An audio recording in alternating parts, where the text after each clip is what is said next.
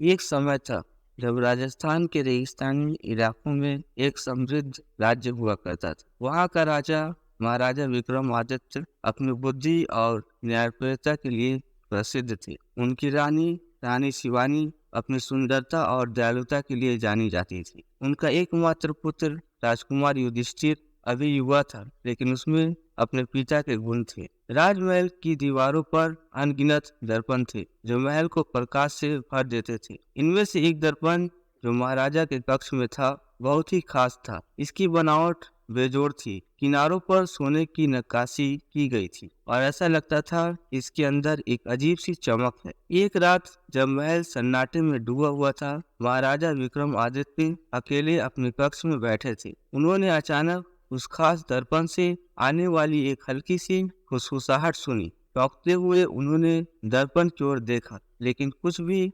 असामान्य नहीं दिखा। फिर भी फुसफुसाहट जारी रही, धीरे धीरे तेज होती गई। अब फुसफुसाहट स्पष्ट शब्दों में बदल गई। महाराजा विक्रमादित्य, एक मधुर लेकिन भयानक स्वर बोला, मैं दर्पण के अंदर फंसा हुआ हूँ। मुझे मुक्त करो और मैं तुम्हें अपार शक्ति प्रदान करूंगा। महाराजा अबाक रह गए। उन्होंने अपनी आंखें मसली, यह सोचकर कि शायद वो सपना देख रहे थे, लेकिन फुसफुसाहट रुकी नहीं। जिज्ञासा से भरकर महाराजा विक्रमादित्य ने दर्पण के सामने खड़े होकर पूछा, तुम कौन हो और मैं तुम्हें कैसे मुक्त कर सकता हूँ? मैं एक शक्तिशाली दानव हूँ। दर्पण से आवाज आई। एक सांप के कारण मैं इस दर्पण में कैद हो गया। यदि तुम मुझे मुक्त करते हो तो मैं तुम्हें अजय बना दूंगा। तुम्हारे दुश्मन कांप उठेंगे और तुम्हारा राज्य अभेद्य हो जाएगा। महाराजा विक्रमादित्य एक कठिन स्थिति में थे। उन्हें शक्ति का लालच तो था, लेकिन वे किसी अज्ञात दानव पर भरोसा करने में संकोच कर रहे थे।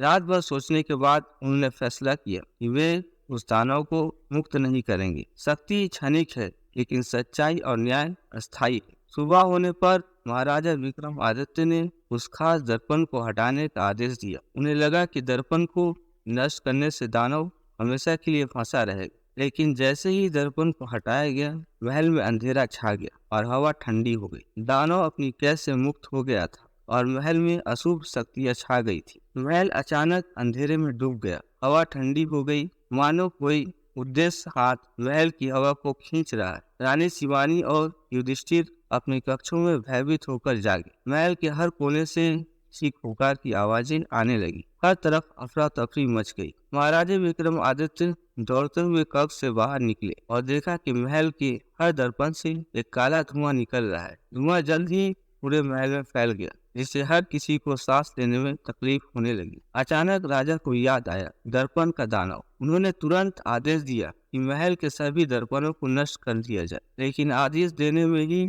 देर हो चुकी थी। काले धुएं से अनेक भयानक जीव निकलने लगे। वे नुकीले दांतों और चमकती आंखों के साथ राक्षसों जैसे दिखते थे। वे चीखते हुए महल के सैनिकों और नागरिकों पर हमला करने लगे। युधिष्ठिर हालांकि अभी युवा था, लेकिन उसने घबराने की बजाय तुरंत सोचना शुरू कर दिया। उसने देखा कि ये राक्षस सीधे तौर पर धुएं से जुड़े हुए हैं। उसने महल के रसोइयों को आदेश दिया कि वे जल्द से जल्द बड़ी मात्रा में घी और कपड़े लाए। कुछ ही देर में घी और कपड़े आ गए। युधिष्ठिर ने सैनिकों को आदेश दिया कि वे कपड़ों को घी में भिगोए और जलाएं। धुएं से निकलने वाले राक्षस जलते हुए कपड़ों की तरफ खींचे चले गए और उनमें जलकर राख हो गए। धीरे धीरे महल में जलते हुए कपड़ों की संख्या बढ़ती गई और राक्षसों की संख्या कम होती गई, लेकिन महल के अंदर अभी भी अंधेरा था। दानव अभी भी दर्पणों में छिपा हुआ था और युद्ध खत्म नहीं हुआ था। युधिष्ठिर जानता था